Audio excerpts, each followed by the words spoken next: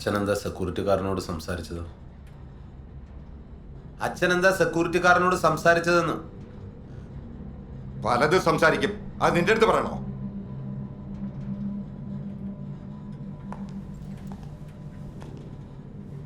നമ്മുടെ കുടുംബത്തിനകത്തുള്ള എന്തേലും കാര്യം അയാളോട് സംസാരിച്ചെന്നാണ് ചോദിച്ചത്. നീ ആരാണ് എന്നെ ചോദിക്കാൻ? നിന്റെ അമ്മ വീട്ടുകൊണ്ടാണ് നിന്നെ കൊല്ലാതെ വിടുന്നത്, മനസ്സിലായ?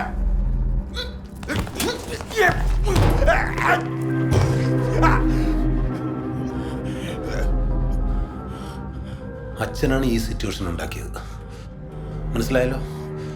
എന്നെ കൊണ്ട് ചെയ്യിപ്പിക്കരുതായിരുന്നു.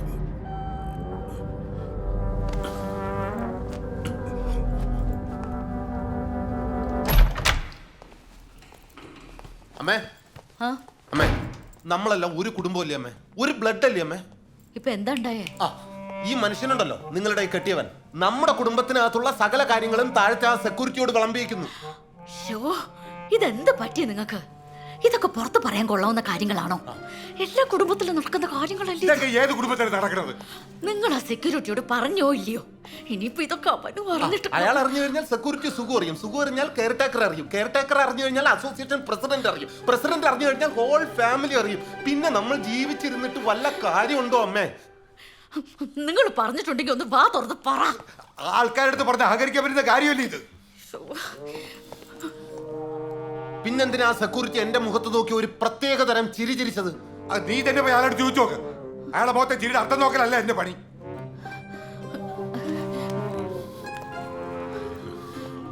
എന്ത് പണിയാ നിങ്ങൾ കാണിച്ചു വെച്ചത്? രാമേട്ടാ, സാറേ, ഭക്ഷണം കഴിച്ചായിരുന്നോ? ഇല്ല, കഴിച്ചില്ല. എന്നാ ഇങ്ങ് വായോ, ഇവിടുന്ന് കഴിക്കാം. ആണോ? ആരും കഴിച്ചിട്ടില്ല. ഓക്കെ, വെറൈറ്റി ഫുഡ് ഉണ്ട്.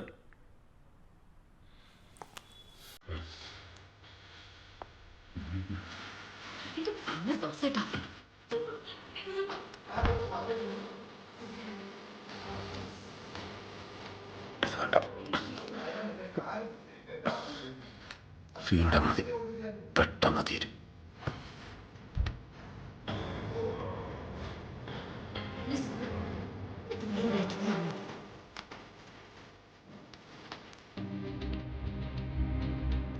എനിക്കെൻ്റെ ഈ കുടുംബത്തിൽ നടക്കുന്ന കാര്യങ്ങൾ പുറത്തറിയുന്നത് ഇഷ്ടമല്ല.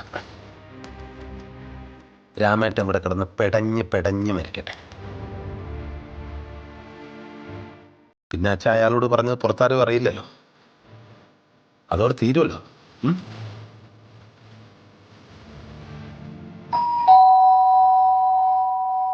അയാളടുത്ത് ഒന്നും പറഞ്ഞിട്ടില്ല. അതെനിക്ക് വിശ്വാസമല്ല. അങ്ങോട്ടിരുന്ന്. അങ്ങളെ, സാറേ, സാറിതൊന്ന് കാലിൽ പെരട്ടി നോക്ക്. മുറികൂട്ടിയാ ബെസ്റ്റാ. അല്ലാണ്ട് ഇതിനൊക്കെ എന്തും പറഞ്ഞ ആശുപത്രി പോണം.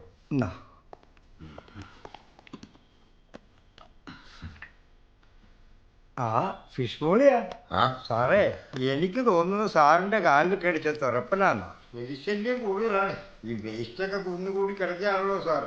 അതുകൊണ്ട് സാറിന് കാര്യം ചെയ്യും, രാത്രി നടക്കാൻ ഇറങ്ങുമ്പോൾ ശ്രദ്ധിച്ചോണം. അതിലേക്ക് അടി ഇനിയും കിട്ടും. തുറന്നപ്പോ കൈ തട്ടിയതാമേ. ഞാനത് വൃത്തിയാക്കാം. അങ്കിളിരിക്കും, ഇനി ഇത് എടുക്കണ്ട. ഭക്ഷണ സാധനങ്ങൾ വേസ്റ്റ് ആക്കണ്ട. ഫിഷ് മോളിയല്ലേ, മോളിൽ നിന്ന് എടുത്തോ, ഞാൻ കഴിച്ചോളാം.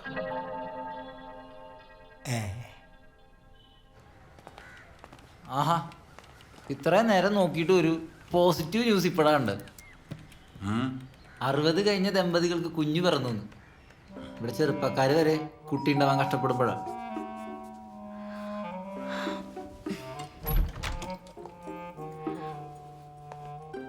നീ എന്താ ഈ സമയത്ത്?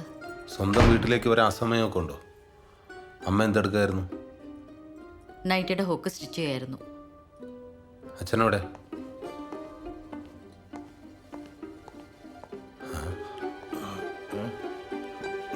അച്ഛൻ എന്തെടുക്കായിരുന്നു ഇവിടെ? ഞാൻ കിടക്കായിരുന്നു.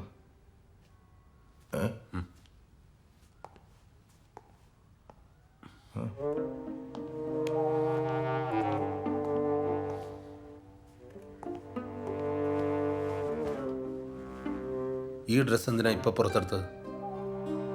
അതിനിപ്പം നിനക്കെന്താ?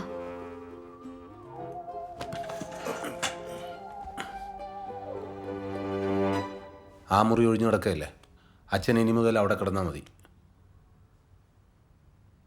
ഒരുമിച്ചുള്ള കിടത്തം ഇനി വേണ്ട, മനസ്സിലായല്ലോ? തൽക്കാലം ബ്രോഡാഡി ആവാൻ ഞാൻ ഉദ്ദേശിച്ചിട്ടില്ല.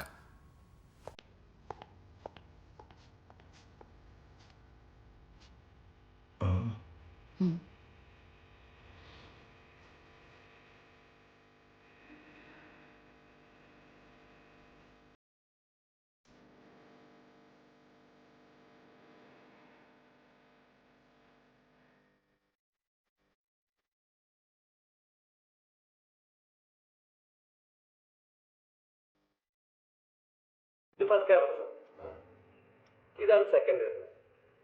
ഓക്കെ, ആ ഇത് തേർഡ്. അവിടെ ഒരു വിസിബിലിറ്റി ഉണ്ടല്ലോ ഓ അല്ലേ? ഫുള്ള് ഗ്യാരണ്ടി ആണ്. ഇതിൽ വോയിസും കിട്ടുമല്ലോ. പിന്നെ മൊബൈൽ എപ്പോൾ ആണെങ്കിൽ നോക്കാലോ. നിങ്ങൾക്ക് ഇൻറ്റീരിയർ ചെയ്യുന്ന ആരെങ്കിലും പരിചയമുണ്ടോ? ഈ വീട് ഫുള്ളായിട്ട് സൗണ്ട് പ്രൂഫ് ആക്കണം. ഫുള്ളോ? ഹോം ഫുള്ള് തിയേറ്റർ ആക്കേണ്ട പരിപാടിയാണോ? അല്ല, എനിക്ക് നോയ്സ് പുറത്തു പോകണ ഇഷ്ടമല്ല. അതിനിവിടെ അധികം നോയ്സ് ഒന്നും ഇല്ലല്ലോ. ഇവിടെ ഇനി ഉണ്ടായിക്കൂടുന്നില്ലല്ലോ. 1 2 3 ആ അങ്ങനെ.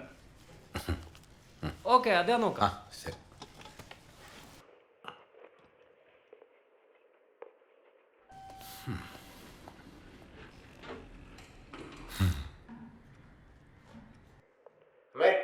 ഇറങ്ങണേ.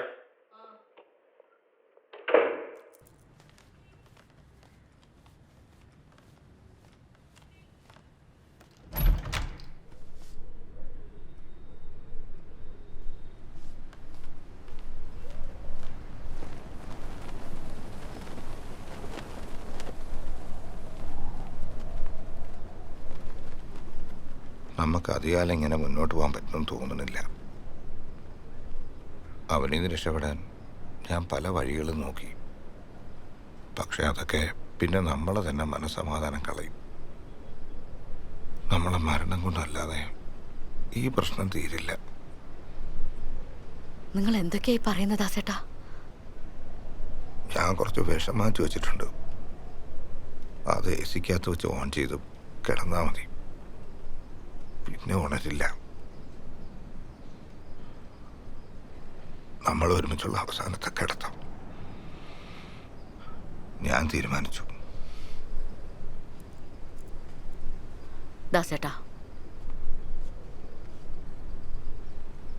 നമ്മൾ എന്തിനു മരിക്കണം? ഞങ്ങൾ അവന് വേണ്ടി ഒരുങ്ങിയിരിക്കുകയായിരുന്നു. എന്നാൽ ദൈവ തീരുമാനം മറ്റൊന്നായിരുന്നു. ഞങ്ങൾ അവനെ പരമാവധി സഹിച്ചു, ക്ഷമിച്ചു, താങ്ങാവുന്നതിലും അപ്പുറം.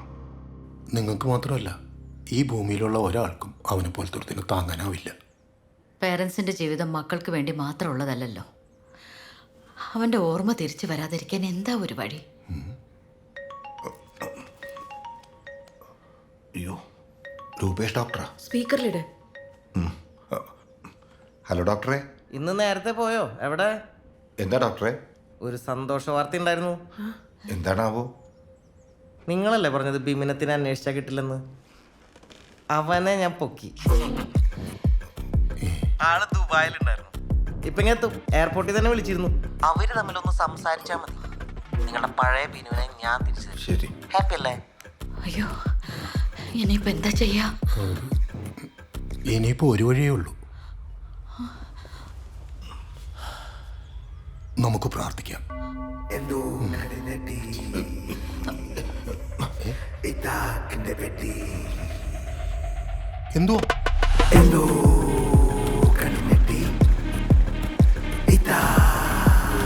ഈ മരുന്ന് കണ്ടുപിടിച്ച് കഴിഞ്ഞാൽ പിന്നെ ഞാൻ വേറെ ലെവലാണ്.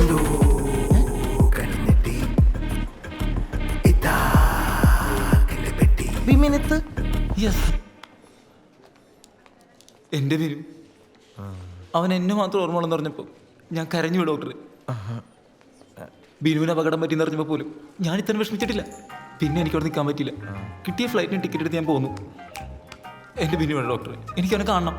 Room number 106. ആ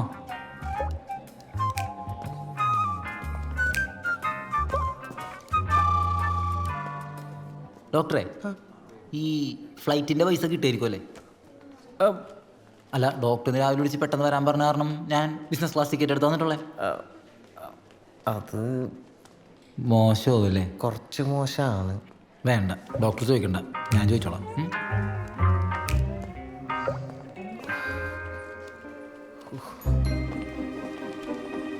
ഇത് കണ്ടിന്യൂ ചെയ്തോ. ആ ഡോക്ടറെ, ആ. ആ ബിമിനിത്ത് എന്ന് പറഞ്ഞ ആളെത്തിയോ? അവൻ ആ ബിനോൺ റൂമിലേക്ക് പോയിട്ടുണ്ട്. അതെ, വേറൊരു സന്തോഷ വാർത്തയുണ്ട്, പറയാം. ക്യാബിനിലേക്ക് വാ.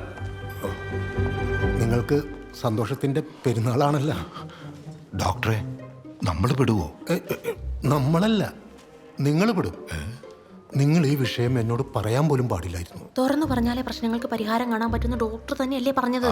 എന്ന് വെച്ച് നിങ്ങളുടെ ഈ പ്രശ്നത്തിന് പരിഹാരം കാണാൻ പറ്റുമെന്ന് എനിക്ക് തോന്നുന്നു. ഈശ്വര, ഇപ്പൊ ഞങ്ങളിപ്പോ എന്ത് ചെയ്യും? നിങ്ങളൊരു കാര്യം ചെയ്യും, നിങ്ങൾ അവിടെ പോയിട്ട് ആ സന്തോഷം എന്താണെന്ന് അറിയും. ചെല്ല്, നിങ്ങൾ ഇവിടെ പോയിട്ട് ഈ സന്തോഷം എന്താണെന്ന് നോക്ക്. All the best. ഡോക്ടറെ, ഡോക്ടർ ഇഞ്ഞ് വാ. വാ, എന്നെ വിടൂ. എൻ്റെ പിന്നു, അന്ന് നീ എനിക്ക് കുറച്ച് പൈസ മറിച്ച് തരാന്ന് പറഞ്ഞാണല്ലോ നിന്റെ തല കടിയുള്ളൂന്ന്. ശരിക്കും എൻ്റെ വയറ്റത്തടിയുണ്ട്. നിക്കക്കളില്ലാണ്ടായപ്പോൾ ഞാൻ ദുബായിക്ക് പോയി. ആട് ജീവിതം ഒന്നുമല്ല ബിനു, പട്ടി ജീവിതം. എൻ്റെ പട്ടി ജീവിതം. ആള് ഫിസിക്കലി ഓക്കെയാണ്.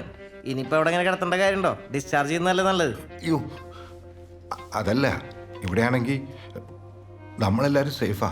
സേഫ് ആയിരുന്നിട്ട് എന്താ കാര്യം? ബിനു ഇമ്പ്രൂവ് ആവണ്ടേ? ആ, നീ എനിക്ക് ആ പൈസ ഒന്ന് സംഘടിപ്പിച്ചു തരണം, പ്ലീസ്. ഇപ്പം ഇങ്ങനെ ഉറങ്ങാറ്? ഉറങ്ങി. അയാൾക്ക് എന്തെങ്കിലും ഓർത്തെടുക്കണമെങ്കിൽ അയാൾ ജനിച്ചു വളർന്ന വീടും പരിസരവും ഒക്കെ കാണുമ്പോഴാണ്. അല്ല ഡോക്ടറെ? പിന്നല്ലാതെ ഞാനിത് ഇവരോട് 100 പ്രാവശ്യം പറഞ്ഞു. അതാണ്. അപ്പൊ നാളെ എന്തായാലും ഇവിടുന്ന് ഡിസ്ചാർജ് ആവണം. ഓക്കെ, ഇനിയിപ്പോ ഇവിടെ കിടന്നിട്ട് ഞാൻ വിവിനിത്താണ്. ഒന്നുകൂടെ ഒരു കാര്യം പറയാനാ. ആ പിമിനിത്താണ്. അവൻ ആ ഫ്ലൈറ്റ് ടിക്കറ്റിന്റെ കാശ് ഒന്ന് കൊടുക്കണമായിരുന്നു. 1.5 ലക്ഷം രൂപ. 1.5 ലക്ഷം രൂപയാ? എൻ്റെ കയ്യിലൊന്നുമില്ല. അപ്പോൾ നമ്മള് ഡോക്ടറെ, പുള്ളിക്ക് എന്നെ അങ്ങോട്ട് കിട്ടണല്ലോ. അതാണ് ഇവിടെ പ്രശ്നം, കിട്ടണില്ല. ആണോ? നിങ്ങൾ സംസാരിച്ചിരിക്കുന്ന എനിക്കൊരു കേസ് ഉണ്ട്. ഡോക്ടർ, ഫോട്ടോ കാണണമല്ലോ. കിട്ടി കിട്ടി. ഈ ഒരൊറ്റ ഫോട്ടോ കാണിച്ചു കൊടുത്താൽ മതി. ബിനുവിന് കംപ്ലീറ്റ് കാര്യങ്ങളും കൃത്യമായിട്ട് ഓർമ്മ വരും. എന്തെങ്കിലും കൊടുത്ത് ഒഴിവാക്കാം. മോനെ, ദേ, എവിടെ? ഈ ഫോട്ടോ എനിക്ക് അയച്ചു തരണേ, ഞാൻ ബിരുവിന് അയച്ചു കൊടുത്തോളാം. പിന്നെ മോൻ്റെ എയർ ടിക്കറ്റ് ഇല്ലേ, അതിൻ്റെ കാശ് ഞാൻ തരാം. തരൂ? ഓ, പിന്നെ ജിപേ ചെയ്ത് തരാം. സത്യം പറയാലോ, ബിനു മാത്രമല്ല, നിങ്ങളുടെ കുടുംബം മുഴുവൻ എക്സ്ട്രാ ഡീസൻ്റ്.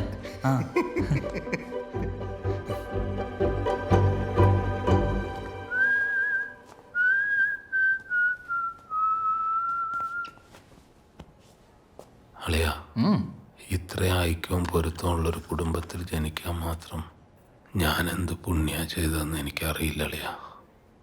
എൻ്റെ അവസ്ഥ അളിയനറിയാലോ. എനിക്ക് പകരമായിട്ട് അച്ഛനും അമ്മയോടൊപ്പം എപ്പോഴും അളിയ ഉണ്ടാവണം. ഞാനിപ്പോൾ എന്ത് പറയാനാ അളിയ? ഉണ്ടാവില്ലേ? ഉണ്ടാവും. അളിയന് കൃത്യമായ ബോധോദയം ഉണ്ടാകുന്നവരെ ഞാൻ അവരുടെ കൂടെ തന്നെ ഉണ്ടാവും. ഇവിടുന്ന് ഡിസ്ചാർജ് വാങ്ങി എന്നാ വീട്ടിൽ പോകുന്നത്? എനിക്ക് വീട്ടിൽ ചെന്നാൽ കുറച്ചുകൂടി നന്നായിട്ട് ചെയ്യാൻ പറ്റും.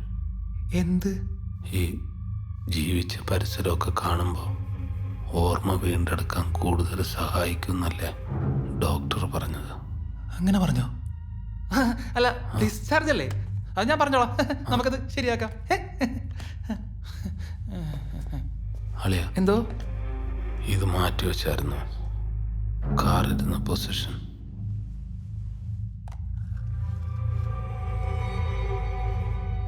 ഇങ്ങനെയല്ലായിരുന്നു.